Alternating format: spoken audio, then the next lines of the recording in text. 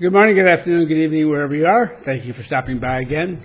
Our negotiations here, following all the demonstrations and everything else, are moving along, and just about everybody who's anybody, every group that is in the country now has a seat at one table or another, and they're part of the discussion. It's working itself out, and we've got more to go, and there'll probably be some bumps in the road that haven't been hit yet, but so far it's what I would have expected it to be. So we're working things out, and it's going to take a while. But we're getting one issue at a time, and the necessary parties brought in to say what they have to say on the subject, and nobody gets to dominate it, and that's important. So the end result is that I think we'll be okay. I'm not losing any sleep over it at all. Now, beyond that, I want to say that some of you have written me recently, and you occasionally have perfectly good questions, but they're politically charged, and they show perhaps a misunderstanding about things here, how things work in Panama. So trying to explain it all in a response at the in the comments section of a YouTube video doesn't really do much for me. So although normally I ignore them, when they do directly, when they associate with any other country than this, let me tell you. Yeah, believe me, I don't stay out of everybody else's politics, and there's plenty of them to watch if you want to get into it. I don't. So here in Panama, though, these are questions that relate to it, so I can answer them.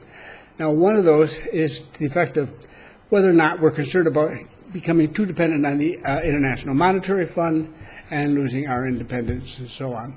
No. The IMF is funded by the major economies, North America, Europe, Asia, so forth. They put the money in. The IMF itself comes down. It works with countries that basically are out of money. They spent more than they brought in, usually over a substantial period of time, hoping things would turn around. They didn't. And now they go out to the market, the private market, to get money, and they just pay huge, high rates because they're in junk bond status. The junk bonds. And nobody pays normal rates for junk bonds. It's as simple as that. So that being the case, they go to the one group that can provide them with a large sum of money at a much lower rate of interest. However, it takes months to work the deal out because they have to also change things and the way they deal with finances. I mean, basically, the IMF sits down with the country and they say, how did you get into this mess? How did this happen? Let's go over it in detail. Now, what can we do to see to it that doesn't happen again?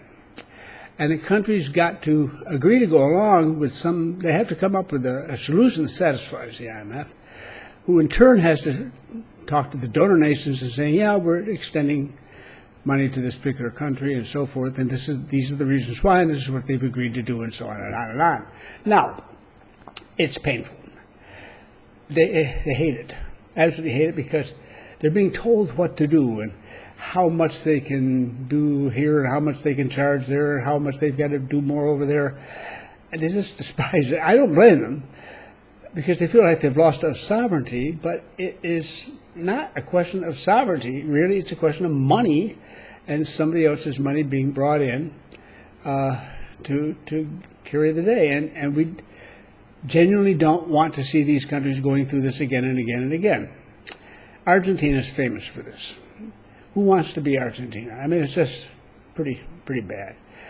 So I understand how people feel that way. And this is what Costa Rica had to go through in the last couple of years. It took them a long time to work out an agreement. It took time to get the president to sign on, and then it took time for discussion of all of society, and then for the National Assembly to agree to it. Then there's an election. Now we have a new president, a new assembly, and they have to implement something that's been created by another group, and so forth. And it's a challenging thing to do, but that's what the situation Costa Rica had gotten itself into and needed to get out of. I want to say that they're working at it, and recently Intel, which had left Costa Rica back in the late 90s, came back. They returned, and they're going to be setting up operations there. A plant that they used to run, they're going to reopen. It isn't going to be as many jobs as it was before. That's the way the nature of these things is, of jobs these days, but still hundreds of jobs and several $100 million of investment. This is the sort of thing that a good IMF agreement, if you can abide by it, it gives people confidence that you're getting yourself back on track. So I think, I don't follow in any detail at all, but when I heard this, I thought, good for you, Costa Rica. I mean, if you can keep that up, you're going to get yourself out of this. And if you do, you're special. I mean, look at Argentina. Like I say, they fall back into it again and again and again. It's getting more and more difficult. So that's that. Now, we don't have that relationship at all with the IMF. We don't have to go to them for money. We go to the private markets. We get perfectly reasonable interest rates. We're investment grade, and that means we're cool. You can pay us less money. We can pay less money in interest and still attract way more money than we have bonds to sell. It's called oversubscribing. It's a nice problem to have. So the result is that this isn't our problem. What our problem is, from the IMF's perspective, because we do talk to them, everybody talks to them, and Panama's had other arrangements with them in the past, in the last century. I don't know all the details. I don't care about them. That was another century. But here, they keep in touch. And IMF comes down and meets with the government. They go over things. They give ideas and whatever, and they go on their way. It's all very happy and cheerful. But in this instance, the bank says, we think you're vulnerable. We don't want you to lose all this momentum. And we have come back with a roar, right up to the latest report we got in the economy. And they don't want that to get derailed, and we don't either. So what they have done is they have not provided us with a $2.5 billion loan, which some people seem to think they have, but with a line of credit. And there's a huge difference between an IMF loan and what's called a precautionary and liquidity line, a line of credit. And that is, the money is there. If you're not familiar with it, a loan, you get the money, all of it, and you use it whatever way you want to, then you have to pay it back plus full interest, okay? A line of credit is a certain sum of money. You don't get it until you ask for it. Whenever you ask for it, it's pre-approved. You can take the money. And at that point, you will be charged whatever the interest rate is at that particular point in time. And you can pay it back early if you want to, and so forth, if you think that interest rates are going to go up and so on, whatever. So you don't need to ever use it. But in this instance, it's been provided to us in the event that something, inflation, recession, something really unpleasant comes along, and that we need an additional input of money at a short order. We can get this without going through all the expense and trouble of going into the private market, which will get the money, but we want to be able to be agile, to be able to work and respond quickly to situations when they develop. So that's what it's there for. It's not just there are not restrictions to it. It's outlined as to how it should be done and how it should be paid and so forth, and for what type of activity. And it's a very general thing. It's very open to interpretation, but you just can't go around throwing money around. I mean, that's definitely not, that is the way you lose your line of credit with the International Monetary Fund. So it's treated very seriously. In addition to the fact that they provided this as a wonderful thing to have, it's like having our back. In addition, as happened in 2021, as you may have read, but I will put a link to it again, the most amazing statement I've ever read from the International Monetary Fund, especially in Latin America, where it specifically singles Panama out for praise. And fundamentally says, it never does this, that to other Latin American countries, this is the way you do it. And it's basically a matter of being responsible and focused on the next, what you do next. This country has gone through a lot in the last century, but I think, I really do believe one of the reasons we're stable here is because we are the safe haven for people from all over Latin America when their countries are in trouble. And we're there. and they love us for that. They bring their money, they bring their expertise, their technical background, everything else. And but also, of course, we have to absorb them. We have to find useful things and so forth and so on. But they're great. They've been a great benefit to us many times. And above all, we hear their stories. We know why they left their countries. Now, if you're looking around for communities of Panamanians living in other Latin American countries to escape Panama, good luck on that one. I don't think you're going to find any. They come to us. And when you've sat as a Panamanian, spoken to Nicaraguans or Venezuelans or Chileans or Ecuadorians or whatever, you begin to get a clue here as to there's certain things you don't want to do. That's why we hold on to the dollar and don't have our own currency. That's why we don't have a central bank. And that's why we have basically a private enterprise system. But at the same time, we don't ignore the need of those who are poorest. We try to get a balanced situation, and we try to maintain stability and unity in everything that we do. That's so different than is true elsewhere. So people can forget that. So the second question was, don't you think that this current negotiation process and everything, that the left is slowly taking over? No. Very, very, very slowly, if at all. You're as with the IMF, I think both gentlemen here, or at least the people who provide them with information, are looking at Panama as if it's just like another Latin American nation. And it's not. It's the differences that make all the difference, so to speak, in understanding Panama. In 2019, in our last general elections, we had, at that time, a candidate we would consider from the far left. He was a Marxist, a socialist. He's the head of the trade union, the construction union, that has been very much involved in the recent negotiations. And I think he's a very popular man in his union. He's done a lot there for them. But when he runs for president, he doesn't do too well, but he was their candidate because his party had, for its first time, a candidate in the last election. The second time around, they did receive some government money for their campaign, which is handy.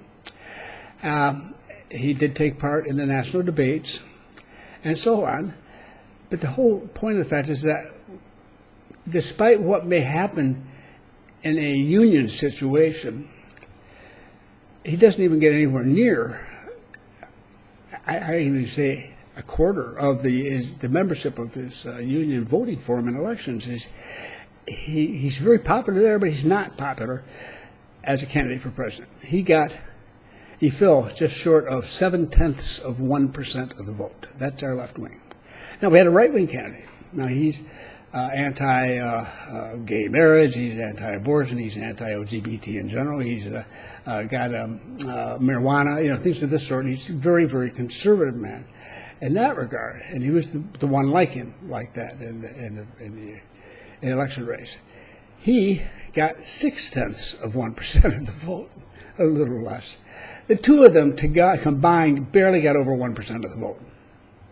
And the other nearly 99% of the votes went to other candidates who were not left or right. They don't identify. What Panamanians do is they find out who it is who's running. They know the person normally. They've seen him or her. We've had a woman already as president.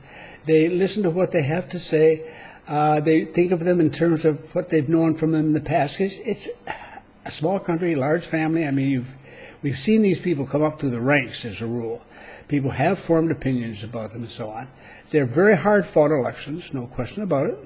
And but by the time it's over with, Panamanians have always chosen from among that group, which is pretty much all the candidates, who don't propose radical change. But they do propose change.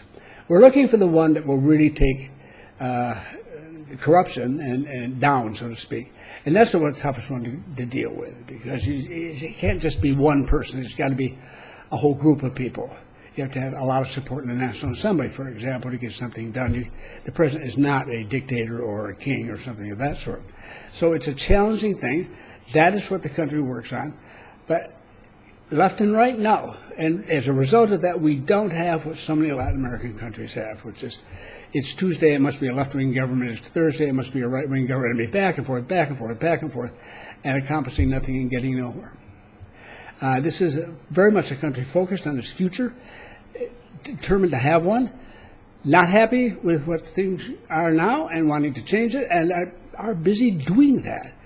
So you needn't worry about them. They're intelligent people, and they're quite understanding of their own situation, and I have always put my faith in them and have never doubted, but that I put it in the right place. So that's how I might respond to both questions. So I understand they're not meant with ill intention here, but you're missing points, very important points in both cases. I put that IMF description of the Panama in comparison to the rest of Latin America again down in below this video.